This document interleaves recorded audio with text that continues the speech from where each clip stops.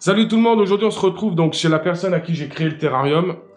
J'ai fait la vidéo la dernière fois, sauf que j'ai eu un bug au niveau des séquences. Donc je suis revenu en fait aujourd'hui pour faire juste le départ de vidéo et la fin de vidéo, car j'ai eu un bug sur ma carte SD.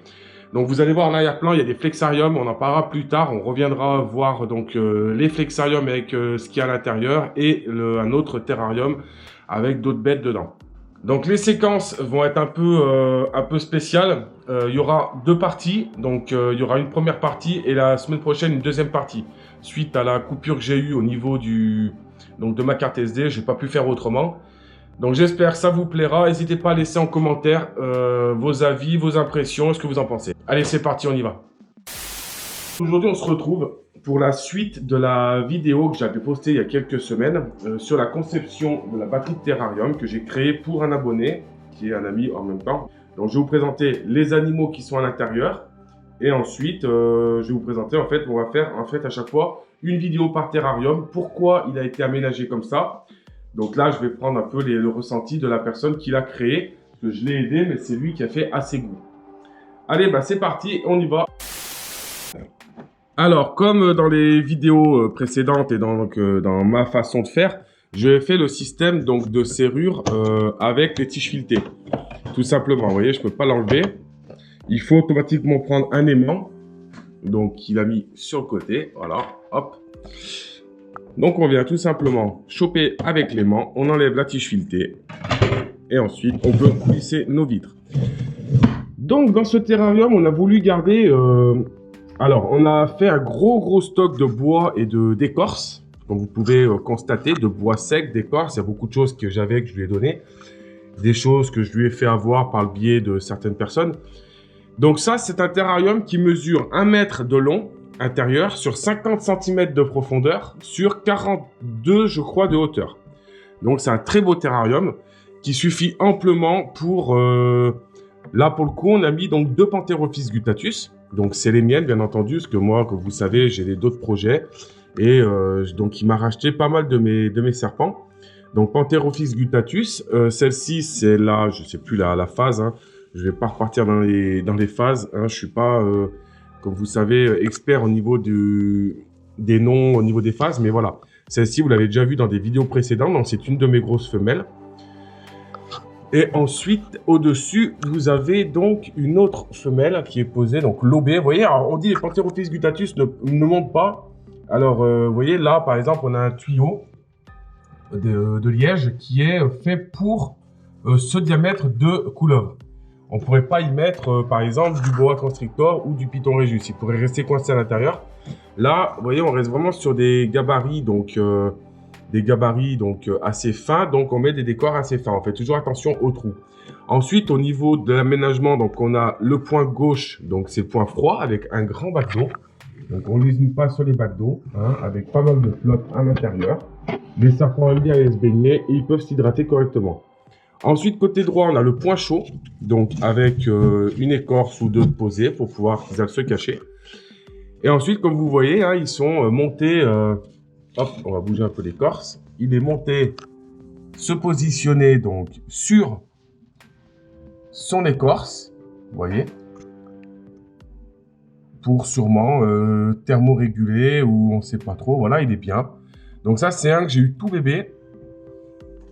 C'est un que j'ai eu tout bébé que j'ai laissé grandir. Voilà, on va vous le sortir. Il a une très jolie pattern. Il a une très belle coloration. C'est une jolie mutation génétique, je dis pour ceux qui aiment bien, parce que ça veut dire qu'on me reprenne. Vous voyez, je connais le terme. Voilà, les serpents, vous voyez, ils connaissent bien leur terrarium. Hein, ça fait à peu près 1 mois et demi qu'ils y sont. Et regardez, tout de suite, ils vont se mettre au point chaud sous leur cachette. Donc, ils connaissent vraiment bien leur environnement. Donc, je trouve que c'est un terrarium qui est bien aménagé. Il modifie régulièrement les écorces, il bouge un petit peu. Et au niveau de l'aération, donc, une grande grille de 40 cm sur 40 cm qui fait l'aération pour tout le terrarium. Et ça suffit amplement. Moi, je fonctionne comme ça. Bon, là, pour le coup, il y a un autre terrarium à côté. On va pas en parler maintenant. Donc, j'ai procédé comme ça. J'ai fait mes tests et mes calculs. Et ça fonctionne très bien. Il n'y a aucun problème. Il n'y a aucun problème au niveau donc, de l'aération. Les serpents évoluent très bien à l'intérieur, ils se nourrissent très bien et on n'a vraiment aucun souci. Le substrat, ben, il est passé en substrat comme moi, hein, comme je dis toujours, chacun passe avec le substrat qu'il a envie. Au niveau des décors, ben, comme un peu au même principe que j'ai fait moi en fait, tout simplement ben, mélaminé blanc, intérieur peint en noir, donc peinture d'action. Les écorces, bon, ça je peux vous dire où ça vient. Les feuilles, tout ce qui est feuillage, il y a beaucoup qui vient d'Action, qui vient d'Amazon. Voilà, ça n'a rien à acheter ça dans des animaleries. Ça coûte 4 fois plus cher pour rien du tout. Écorce, ça c'est de l'écorce de forêt, hein, d'écorce qu'on trouve en nature. Après, voilà, c'est beaucoup des morceaux de bois qui viennent de la nature. Hein. Ça c'est des vieux morceaux de bois qui ont été vieillis pendant des années, quoi. Donc on va se mettre cette fois-ci sur un terrarium qui est beaucoup plus champêtre, beaucoup plus sur les saisons d'automne, avec un décor assez coloré. J'espère que ça va vous plaire, on y va. Donc on se retrouve pour la deuxième partie avec ce magnifique terrarium, comme vous pouvez constater, décor un peu champêtre, décor un petit peu donc automne. Moi, je trouve ça super sympa. Décor d'action, bien entendu. Pourquoi on a mis le néon sur la partie basse? Tout simplement parce que vous voyez, ça fait vraiment un style de lumière, je trouve, qui éclaire du bas vers le haut. Donc, je trouve ça beaucoup plus intéressant sur ce terrarium-là. Donc, on a voulu jouer sur ça. Et puis, pour ne pas se faire péter les yeux par les néons non plus, quand il est assis dans son canapé. Néon, bah, néon d'action, c'est pour tout le terrarium, c'est comme ça. Là, petit conseil, quand vous mettez vos glissières, on n'a pas encore fait, mettez un petit point de glu. Ça permet de coller la vitre dans le rail et ça évite qu'à chaque fois que vous tirez, le rail et le truc se barre en fait. Donc au niveau des serpents, dans ce terrarium, on va retrouver donc deux Pantherophis guttatus femelles. Vous allez les reconnaître puisque ce sont donc mes femelles. Donc ça, c'est une de mes femelles reproductrices que j'ai eues pendant des années. Je crois que c'était ma première femelle. Alors, il y en a, ils vont me dire, oui, pourquoi tu te débarrasses de tes serpents? Alors, j'en ai beaucoup encore. Hein. C'est juste que je vais partir sur d'autres choses et que vous verrez dans les prochains mois ou peut-être des milieux, voire fin d'année. Vous aurez peut-être des choses beaucoup plus sympas, voire différentes à voir. Et j'ai peut-être un autre optique aussi de la terrario. Donc, vous verrez toujours des Pantherophis, vous verrez toujours du Lampropeltis, toutes ces choses. Mais voilà, au niveau des gutes, j'ai un petit peu ralenti, malgré que j'en ai quand même encore 4. Hein. Donc là, on va voir donc, la femelle blanche. Donc celle-ci, elle m'a fait énormément de reproduction.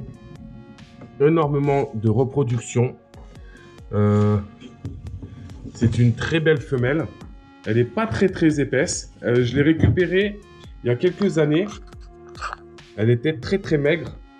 Donc ça, c'est une femelle que j'ai récupérée il y a quelques années. Elle était assez maigre. Elle venait de faire 3 ou 4 pontes, je crois, dans la même année.